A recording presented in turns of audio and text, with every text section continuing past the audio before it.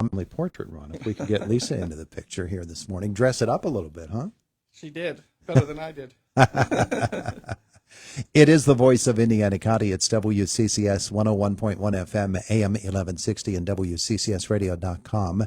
And our conversation with Ron Moreau, the newest of our Indiana County First Responders of the Month, brought to you by Marcus & Mack, voted best personal injury law firm in the Best of Indiana County contest. Marcus & Mack, a law firm representing injured people. I teased Ron when he came into the studio that it must be upsetting when he doesn't get a call from Josh Widdowson at 3:30 or 4 o'clock every morning.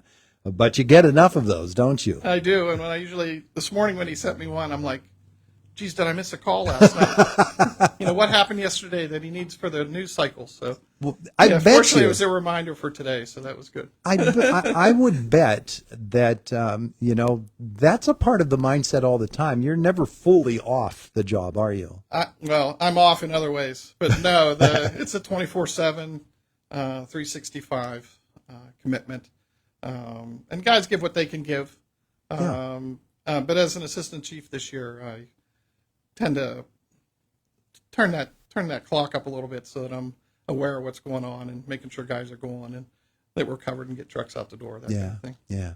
Your story with the Indiana Fire Association is not all that different from a lot of first responders in that there's a lot of family history with the IFA for you, isn't there? There is, and we were just talking about this in the hall. When we got the financing for the building at 5th and Philly, the lender needed the charter from the Fire Association. So Bill Simmons and I were looking over the charter, and I'm like, Fred Selig, boy, that name rings a bell. And he was my great-great-grandfather. Wow. And then his son, Fred, was a member. And then we had Don and Ken and Johnny Moreau. And then Ted and Tom, my brother, he retired with 35 years, as did Ted. And now Ted's son, Mike. So there's 5 generations. It's pretty cool. It is. I bet you the stories are too. Those are pretty cool stories. Yeah, we've spent some long nights at the station. The guys sitting around just laughing about stories and remember this, remember that. That's what makes the whole thing worth it. The family we have within the fire service, not only here with Indiana, but all the other departments. It's the same, and we all share those same stories. Yeah, we've had Bill Simmons, Chuck Kelly, all kinds of folks from Indiana Fire Association come and visit us in the studio over the years, and that's true. It really is. It's a family atmosphere. It's a whole second family. I'm pushing 59, but we've put a lot, and I don't want to do this anymore, but we put a lot of roofs on homes for each other, and moved safes and pianos, all those crazy things, And with that comes 10 more stories. So it is a big family. You could pick up the phone at any time and get 15 guys to help you for a 20-minute ordeal. So that's the awesome side of volunteering and being part of this group. Well, one of the great things about it is that volunteering is what it's all about when that call does come at 2:30 or 3 o'clock in the morning, because you know that you have a solid group that is going to be there for you. Yeah, we're fortunate. The training, oh boy, the hours and hours and hours of training over 35 years. Not as much now as previous when I was younger, but it just, you find it when you need it in that situation. We did it this way this time, or we learned how to do it this way. We've had some opportunities to do some nationwide training out in Indianapolis. Amazing training out there. Our local stuff is awesome as well, don't get me wrong, but just a whole nother level, and it's really something. Yeah, I would guess. Down through the years, of course, as a member of the Fire Association, you've probably seen it all. You hope you've seen it all. You don't want anything else new coming along. Yeah, that kind of thought process. My brain's pretty full with that stuff. Well, a big aspect of that is the idea that you're there to help people. You're there to help friends and neighbors and people you don't even know, who simply because they have a need, an emergency has arisen. It's wonderful for folks to know that guys like you and everybody else in the Fire Association, all of the neighboring fire companies, that's what you're all about. Yeah, it's a mindset. It's in your heart and your soul to help people. And, they're having their worst day of their life, or that one moment in time that we're there to help them out of it. And then we're on to the next one. So you kind of scrub that one and go on to the next one. Yeah. We were running 600 calls a year. So sometimes you're doing 2 or 3 calls a day, and then you won't do any for a couple days, and then you'll do 5 calls, or a storm will roll in, and you'll do 70 calls. So it's busy, and that's what keeps it fresh and fun, and the excitement of helping people is always there. And brush fire season, which we're in right now, means you're always on the alert for something like that. But, we think of a brush fire, it's just a brush fire. There's no when that siren rings, is there? In the spring like that, and the ground might be wet, but the top of the grass is dry, and the wind is always against you, and it'll push it through the woods. It's so labor intensive. And that is definitely a young man's sport right there, that brush fires. It's nice to be in the chief's car saying, well, why don't you go do this, or why don't you go do that? And I can sit there and stay, comfortable with my replacement knees and be happy. I remember at a fire site years and years ago, it was probably 4:30 in the morning, going out to the site, and there was the chief doing exactly what you just described, sitting there. And coordinating, and one might think, oh, that looks like the easy job. That's not easy at all, is it? It was a lot easier doing the firefighting, to be honest, because now I'm worrying about 20 different guys and where they're at in the building or the conditions of the building. Just trying to keep everybody safe.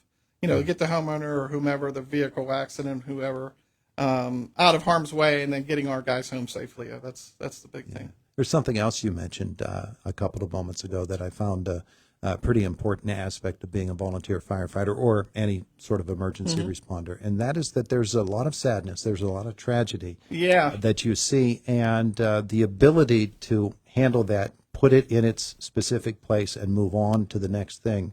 You got to be at the top, right, for everything. Yeah. I suppose you compartmentalize some of that. But, anywhere you drive around Indiana, I remember this and I remember that. Yeah. This happened here and that happened there. And, we all talk through it after each nasty call, if you will. And there are folks that will come and help talk us all through that, that mental part of it. You do see some sad things, that's for sure. Yeah. But then you've got a dozen of good calls, so it balances out. For you, as somebody who's a family man, and somebody whose family has been very, very much involved in Indiana firefighting for generations. Yeah. Why do you do it? I don't know. I ask myself that every day. I don't know. I guess it's part of my upbringing. My dad was Civic Leader of the Year. My mom was an Athena Award winner. My wife and I always were helping at the United Way when my dad was a director.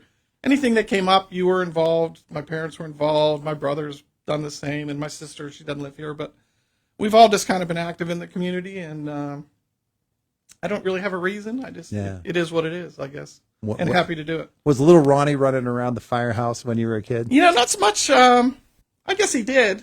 I just looked at my wife here. Little Ronnie's now 35. What about you when you were little Ronnie? Actually, no, because my dad was not a member. So I got involved probably because of my brother.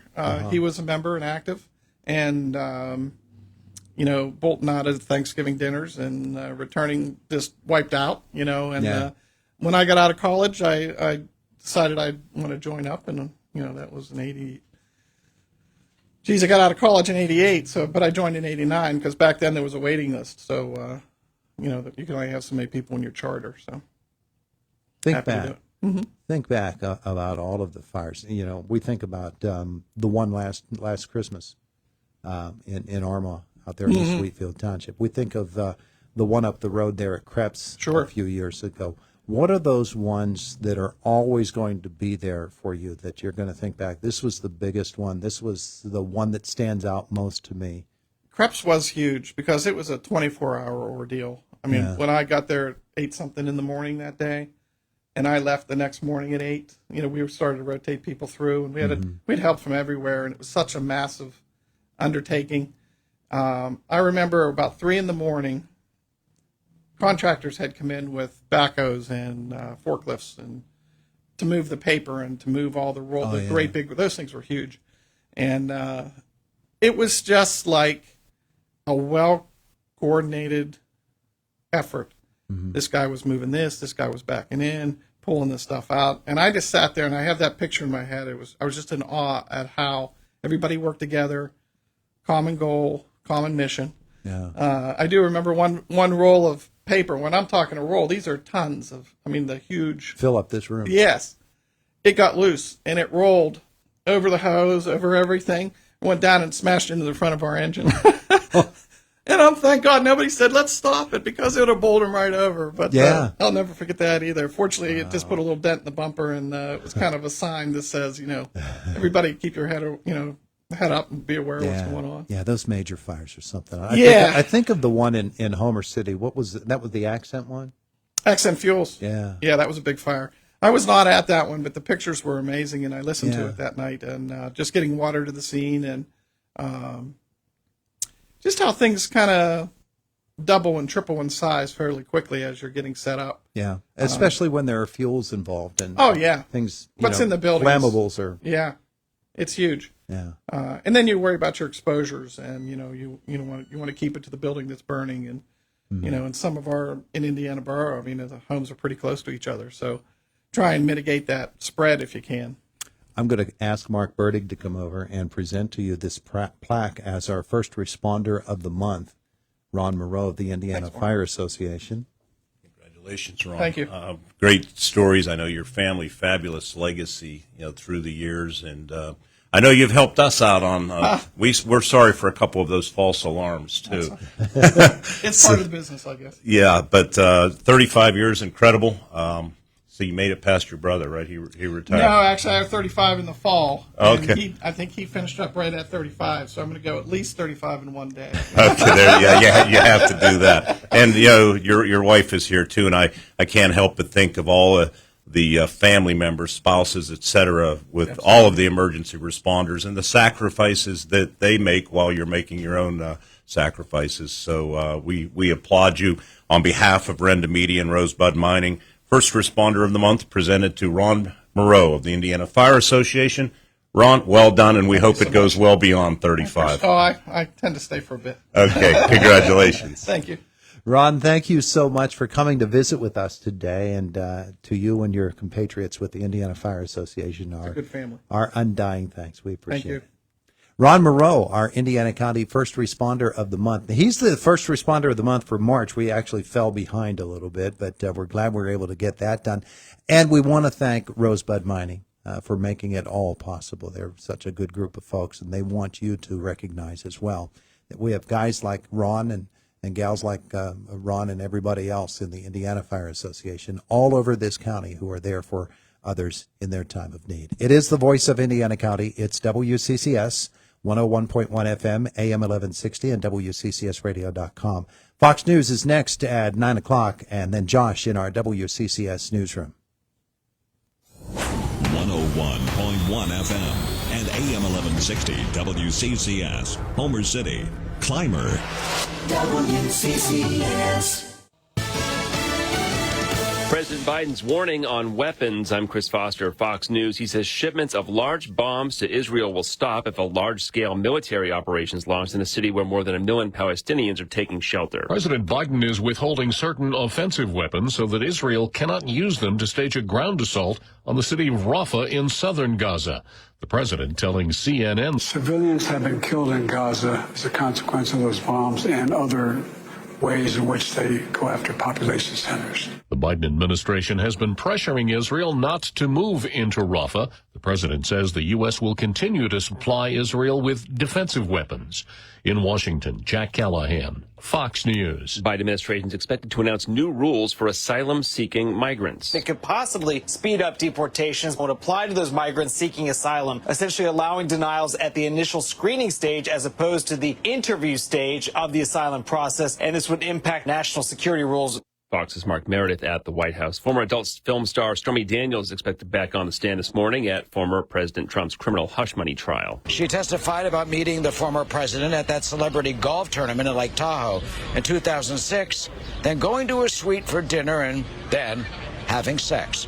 Prosecutors calling her to prove that Trump had a motive a decade later in 2016 to silence her when he ran for president. The DA's case rests on that allegation that Trump paid her off through Michael Cohen to hide her story, so voters would not find out about that alleged dalliance that the former president denies. The defense is trying to undermine Stormy's credibility and cast her as an extortionist who once, remember, denied the affair. That's Fox's Eric Sean outside the courthouse in New York City. Weekly jobless claims jumped to 200.